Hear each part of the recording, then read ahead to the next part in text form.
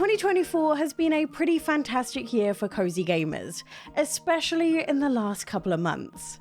So today I'm going to go through my favourite cozy games of 2024 so far on the Nintendo Switch. And we're going to start off with one of my absolute favourites, and this is Tavern Talk. Now this is a game that's most definitely inspired by Coffee Talk, which is one of my favourite games of all time. So I was definitely hoping that this was going to be fantastic, and I'm so glad that it turns out to be just as good as I was hoping. Much like Coffee Talk, this is again a narrative style game, but instead of serving coffee, you're serving different drinks to your customers. But Tavern Talk has just a little bit extra to it than just making and serving drinks. You see, the drinks you serve at your tavern aren't any ordinary drinks, because these will actually have different effects on the people who drink them, and the way you make these drinks will determine what kind of effect they have. This can be anything from increasing their agility, making it easier to run faster and sneak around, or increase stuff like their charisma so they find it easier to talk to people. And this is particularly important for the other big gameplay mechanic, and that is quests. Because as different customers come in and have a drink and talk about stories from amongst the realm, you can piece these different parts of information together to make and form quests, and these quests can be taken by your customers. So much like Coffee Talk, Tavern Talk all sets place from within the tavern. So everything that you learn that's happening in amongst the world is done from the different people visiting your tavern and telling you stories about their adventures and what's going on. And because this is inspired by D&D, not only do you get to meet a bunch of different fantasy characters, like for example you get to meet a vampire, an elf, a werewolf, and so much more, but each of their adventures are also equally as fantastical. Now the first couple of hours of gameplay had everything I knew and loved about Coffee Talk, where not only do you get introduced to a brand new set of characters that you get to talk to and learn all about, but then you also get to see them talk to each other and help each other out and form friendships of their own. And because you cared so deeply for each of these characters and knew how much they meant to each other, it made the fact that your drinks can influence their fate even more potent. Because like I said earlier, your drinks aren't just any ordinary drink. They can have an effect on the person who's drinking them. And right before a character takes off on their very first quest, they will ask you for one final drink. And this drink is often posed to you as a question, where you get to choose which drink you think will be the most appropriate for their quest. So for example, a character might tell you that to do this quest they have two options. They can either go in guns blazing and fight, in which case they want a drink to help them do that, or they'll have the option to sneak around instead, and instead want a drink to help them be unheard. And whichever drink you serve them will determine which route they take, and therefore their destiny when it comes to this quest. And the best part is when, or I guess if they return from their quest, they'll tell you all about it, and you get to see how your drink influenced their adventure, introducing a heck of a lot of replayability into this as well. And the further you go through the game, the more different types of drinks you can make. You can then start to infuse them with different ingredients as well, adding even more powers to each drink, and also adding power into your hands to influence their fates. But the thing that made Tavern Talk really special wasn't necessarily just the characters, but also the fact that there's an overarching narrative to the entire game. Because at first this fantasy world seems to be, you know, as normal as you would expect it to be, considering all the different types of creatures that live in it. But it isn't long before something starts to go wrong. And even though you don't leave the confines of your own tavern, the people who visit come with their own stories about how this calamity is affecting them. And even the people in your tavern set off on quests to try and fix what's happening. So the part I love about Tavern Talk isn't just the fact that you get to learn so much about the characters through their conversations with you at the bar, but also the fact that you get to learn about this magical world and everything going wrong in it and how it's affecting everyone just via conversations. And I've got to say, I have been completely hooked. This game has grabbed me and made me utterly obsessed with it. And although visual novels have historically been some of my favorite games to play on the Switch, I'm glad this has made it among some of the best. A few things to note though, if you are going to pick this up on the Nintendo Switch, this is around 15 hours of gameplay for a single playthrough, but there are multiple different endings and apparently a secret ending as well that you can try and get to kind of give you some replayability. Now, if you are playing this in handheld mode, do note the text size is a little bit small on its default settings, but if you go into the accessibility menu, you will have the option to increase the text size. So I put that on the absolute maximum and found it much better because I'm not someone who likes to wear my glasses when I'm in bed, so I really appreciate that. But honestly, for the price, this was a fantastic game to pick up and it lived up to all of my expectations. Next up, let's talk about Paper Trail. This is a fantastically unique puzzle game. But I will say, as someone who has a PhD in chemistry, I have never in my life had to think as hard as I did when playing Paper Trail, because its puzzle style is just so unique and I've never had to think in that way before, which made it utterly fantastic. The thing that really sets Paper Trail apart from all of the other puzzle games isn't necessarily just its style of puzzle, but also the fact that there's a story underpinning everything that you do. Paper Trail is a top-down puzzle adventure that's all about leaving home. And this is set in a paper world in which you must fold to help Paige leave home for the first time to pursue her studies. Now, I like to liken the beginning of Paper Trail to the first time that I ever played Portal. The type of puzzle in this is so unique, it's something I've never encountered before, so you have to think in a way that you're not used to. And this at first can seem incredibly difficult. And although the puzzles do start off pretty easy, giving you a good guide in how to do them to kind of set you up for the real puzzles later on, I must admit I did struggle quite a bit. But like with all tricky puzzles, the moment you start to grasp it is so unbelievably satisfying. And the nice thing is, even if you are really struggling, the game's inbuilt hint system is honestly incredible because it doesn't outright give you the answer. Instead, it kind of guides you to it one step at a time. So it'll literally start off by showing you the very first fold you need to make in order to get to the solution. So you can go off, do the first fold, and then try and figure it out from there. Then if you're still stuck, it will go ahead and show you the second fold, and so on and so forth until it does eventually just give you the answer. And I like this because it essentially gives you as much or as little as a helping hand as you want, and you can even pick it depending on which puzzle you're stuck on. And I love the fact that the puzzles noticeably progress as you get further through the game, with the beginning of the game giving you solutions that are relatively easy, and then as you progress further, the solutions get more lengthy, you have to think even more out of the box to get through them,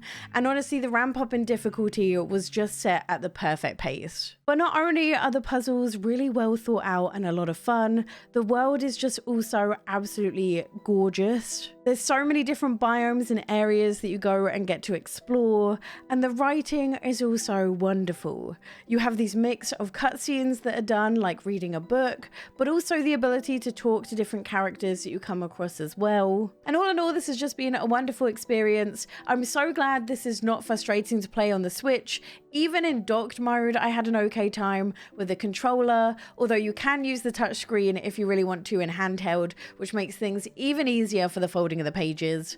But all in all, this has been a fantastic game, and although it's one I really had to think hard about, I had so much fun playing it. Now, before we get into our next game, I just want to thank today's sponsor, Power Wash Sim. Now, as you guys know, I absolutely love Power Wash Sim. I have it on my PC and I also have it on my Nintendo Switch. And this is something I love playing when I'm stressed and I just want to listen to my favorite music or watch my favorite TV show and just clean some inanimate objects. And honestly, it's gotten to the point now where I've debated buying a power wash just to experience it in real life. And to make things even better, they've just released a brand new DLC, which I am absolutely obsessed with. And this DLC is called Alice's Adventure. And this is set after the calamitous aftermath of basically Alice visiting Wonderland. So this will see you go through the rabbit hole yourself and clean some pretty familiar items, including Wonderland's entrance hall, the caterpillar's mushroom, the mad tea party, the Queen of Hearts core, and so much more. This will also give you a brand new skin while you're doing it, and the best part is it's playable right now on Nintendo Switch, Xbox, PlayStation, and also now in VR as well. And I love the fact that one of my favorite films is meshing with one of my favorite cozy games. So you can click the link in the description down below if you want to check it out. And thank you again to Square Enix and Future Lab for sponsoring this video. Alright, next up was one of my most anticipated cozy games of the year, and that is Moonstone Island. Now, as you know, 2024 has brought us some incredible cozy games and also some really great games with really terrible Nintendo Switch ports. So I was a little bit skeptical when it came to the launch of Moonstone Island, but thankfully they did a fantastic job. Moonstone Island is effectively a merge between Pokemon, farming sim, but also a old school Zelda-like vibe. And for that reason, I fell in love with it. To me, the biggest thing I miss when I play a game like Pokemon is just the life sim aspect of it. And I've always thought the fact that you never really have a place to call home has always been missing. And in Moonstone Island, they've set out to fix that. In this, you play as a young alchemist who is set off to a distant island to finish their alchemy training. And after a little bit of a crash landing, you find yourself in a brand new town that's in need of an alchemist. And not only can you set up a brand new home and carry out different quests for the NPCs, you can also befriend them, go on dates, and even fall in love with them. And you can do all of this while exploring the 100 procedurally generated islands that make up the world. Now, I think one thing that takes people by surprise when they first play this is there's not necessarily a main quest line to follow. You do have different quests that the NPCs will send you off on that gives you some sort of direction, but this is more or less an exploration game. As each of the 100 islands that you go to will have different monsters that you can tame on it, will also have a dungeon that you can explore and secrets for you to find. But not all islands are made equally. Some of these islands you're going to come across are going to have monsters that are way too high for you to tackle, so you'll have to flag them as something that you'll come across later. And some islands may just attack you back. Like I tried to land on this one island and instead just got electrocuted. But I love the fact that this vibe is so different from all the games I've been playing recently. Now, if you've played something like Ooblets, you'll be very accustomed to this sort of combat style, as it's a turn-based, card-based combat system. And as you level up each of the different monsters that you catch and tame, you'll be able to curate your card deck to become bigger and stronger. But the thing I really fell in love with Moonstone Island is just the fact that there's nothing you have to do, so you can do whatever you want to. And the really wild part, especially for the price of Moonstone Island, is how many different gameplay styles the single game incorporates. Like, for example, the dating sim mechanics are really fun, the different conversations you can have with all the characters that you befriend, and how wonderfully each of them is written. The fact that there's over 70 different spirits for you to find and tame, some of them being unbelievably adorable and with so much character, and the fact that they effectively have shiny versions of each of these for you to go and find as well. There are so many different dungeons, each of which are unique, have different puzzle mechanics, some being very difficult to overcome, and the fact that there are so many different biomes to explore across each of the 100 different islands there are to fly to. And the best part is, as you go and explore more, you get to unlock different abilities and different skills that let you explore the further islands with bigger and harder spirits. And the fact that this is effectively open world just makes it all the more impressive. You can fly and go off to wherever you want to go, as there's no wrong way to play it, making it really freeing. Now, obviously, this lack of direction can be seen as a positive, but also a big negative as well if you're someone who likes to just be told where to go and what to do.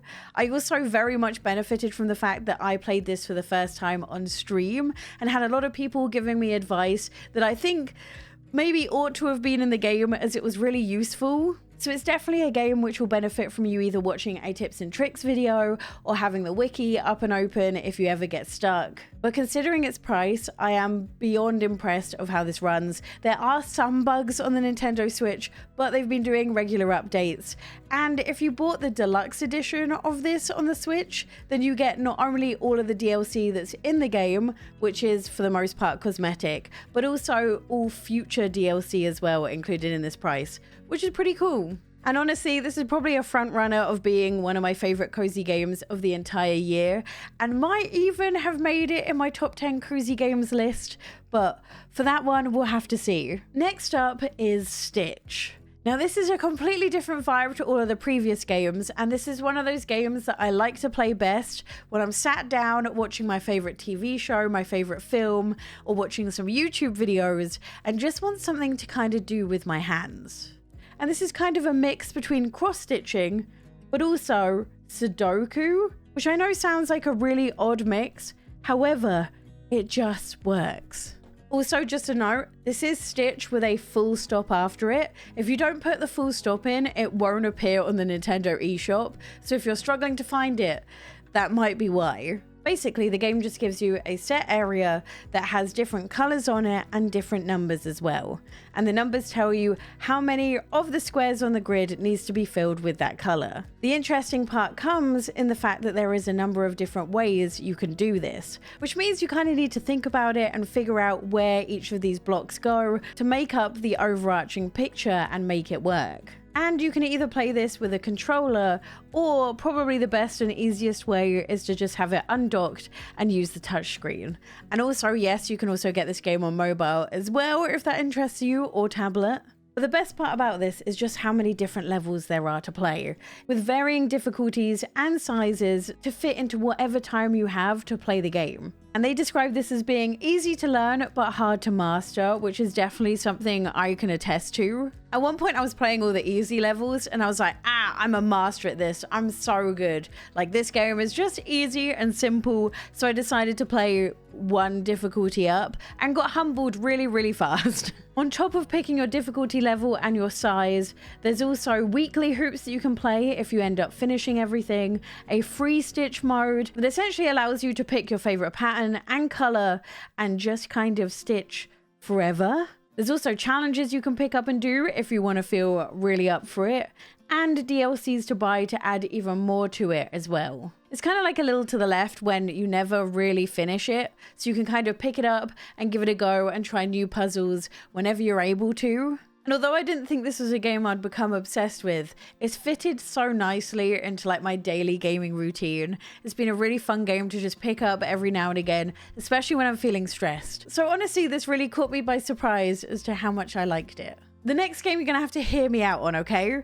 Because it's maybe a little bit of a reach to call it a cozy game, but I've been obsessed with it. I've been playing it a ton, and this is Balatro. Now, if you're someone who really enjoys and thrives on unique puzzle games, that's essentially what this is. So just don't judge it by its cover, because although it doesn't look cozy, it is just fantastic, and I think it's going to scratch the itch for a lot of people who are looking for a game that really makes them think, but is also different every single time you play it. Balatro is a deck-building roguelike game, and if you don't know what any of that means, I'll explain. The game starts you off with a normal deck of cards, and from that you get to pick out 8 of them. And it's up to you to get rid of different cards, pick up new cards, and try to essentially make the best poker hand you can, with different poker hands coming with different points depending on how hard they are to get. And you start off limited to just being able to play 5 hands, and within that you need to hit a certain amount of points. Where the game gets really fun is the fact that after each of the successful rounds, you're given money, and you can then spend that on upgrading your deck in different ways. This can either be by picking up special cards to add to your deck, or by getting these certain cards that start to make things really interesting. Like, for example, up the top you can hold 5 different jokers, and these jokers have some pretty incredible effects to them. Like, for example, certain jokers will give you a multiplier whenever you play cards that are like a spade, for example. And this can start to get really fun when you couple this to different cards that mean you can turn other suits into spades. And you maybe can start to see how you can build up a really effective deck. The really fun part is, though, there are a ton of different jokers that do a ton of different things, and loads of other cards which have really fun and different effects. Essentially meaning that every time you play the game, you can try and set up a deck that's powerful in a completely different way. And the best part is, the more you play the game, you unlock more special cards that you have a chance of encountering every time you go to the shop, meaning that this always stays fresh. And I know I'm not the best at explaining this, but this has honestly been such a fun game. And the different noises that it makes when you're doing well becomes really satisfying and something that you really want to chase after. And this is a game that really rewards skill, so you can really see yourself getting better. Because although there is an element of luck to it in which of the cards you come across in the store, there's also so many cards that can be powerful if you play them in the right way. Balatro has been on the top selling list on the eShop for so long now, and that is for good reason. And yet no one's talking about it. And although it's easy to learn, it's again difficult to master, but that's honestly the fun in it. And even though I've put a ridiculous amount of time into it, there's still so much I haven't even started to play with it yet, because there's just so many different modes. So if you're willing to give a game a go that isn't cozy in the traditional sense, I cannot recommend this enough. Next up is Bandle Tale, and I've spoken about this endlessly, but this definitely deserves to be in this list. Now, a lot of the cozy games I've spoken about, I love, I adore, but I'm missing one big thing that I crave and seems so rare in a cozy game, and that is a good story. Honestly, I don't know how we've made it to 2024 with there being no true cozy games that have the storylines of RPGs, just without the combat. Because whilst Bandle Tale is fantastic and I love it, it's no like Xenoblade Chronicles 3 when it comes to story writing or the style of cutscenes, and I yearn for it. But anyway, Bandle Tale has an incredible story. It is also an RPG with no combat, which is so wonderfully refreshing and has so much of what's been missing for me in a casual game. Because in Bandle Tale, instead of the RPG grind being based in combat and fighting, instead it's all done by crafting. This is set in the world of Bandle City. And after a party you attend to goes terribly wrong, all of the portals that connect your home and the worlds around it are thrown into complete chaos. And unfortunately, you have no idea where your best friend is. So it becomes up to you to try and fix each of these portals to try and reunite Bandle City, but also find your friend. And the strength of this truly lies in the dialogue. Each of the conversations your little Yordle has with all the other creatures are just so funny, so entertaining, and everyone has so much character. In fact, there's a character in this which is just a sock that has more character in its dialogue than entire games have. So honestly, this is fantastic. But not only will you need to talk to people to try and fix these portals, you'll also set off to do a variety of different tasks. So you do things like gathering resources, craft, cook food and run your own shop to get yourself money, or even throw a party or two. And the thing I really loved is the fact that the game will see you go to different islands to try and get the portals to be fixed, each of which kind of has its own contained story which you have to overcome in order to fix the portal, where you get to talk to a whole bunch of new people. And these stories are just so whimsical, all of the characters have so much character to them. And it truly was just a lot of fun to play. If that is, you can deal with the fact that every now and again the game does get a little bit grindy. I think the main downside to this is there are so many skill trees. And if you make the wrong decision on a skill tree, you can find yourself grinding for quite a while in order to unlock something you need for the main story. This is also a game which you'll find yourself on the wiki for quite a lot, as things are mostly explained well, but also sometimes they leave out key information which can really help you. But if you're someone who played and enjoyed the likes of Graveyard Keeper, you'll kind of be right at home with this style of game. It's different, it's unique, it's fun, and it truly deserves to be on this list, as this has an awful lot of gameplay for the price as well, and thankfully runs decently on the Switch. Next up, we have Snuffkin, Melodies of Moomin Valley. And again, this is wonderfully whimsical. The writing has everything you love from the Moomin characters, and also is just centered around helping other people. This is a story-rich musical adventure about Snuffkin trying to restore the valley, all the while trying to find his friend. And this has a lot of memorable characters and critters you might recognize from Moomin. But one of the things I really like is if you haven't enjoyed the series of Moomin, I think you'll still really enjoy this game. And I love this because not only do each of the different creatures you come across have such a quirky little personality, but there's also an element of puzzle solving in this as well, because as Snuffkin walks around, he'll come across these different parks which are guarded by the park keepers, and he decides that as they are so ugly and disrupting the whole valley, that he's going to take them down. And you do this by sneaking around and solving the puzzles inside of each of the parks to destroy them. I think the thing that really stood out to me though when I was playing this is just the vibe of the game. The music, the art style, the writing are all just so peaceful, yet has so much character to it. And I love the fact that music is incorporated in the gameplay style as you walk around and play different tunes to different animals in order for them to come and help you. Now this is a little bit on the short side in terms of its gameplay, but it just really stood out to me and I had a great time playing it, and it truly is unlike anything I've played before. That's it for my top cozy games of 2024 so far. Leave me your top 3 in the comments down below. I really want to see if there's any games that I've been missing that I need to play. But don't worry, 2024 is set up to be a fantastic year, so you can click this video to see some upcoming games coming this summer.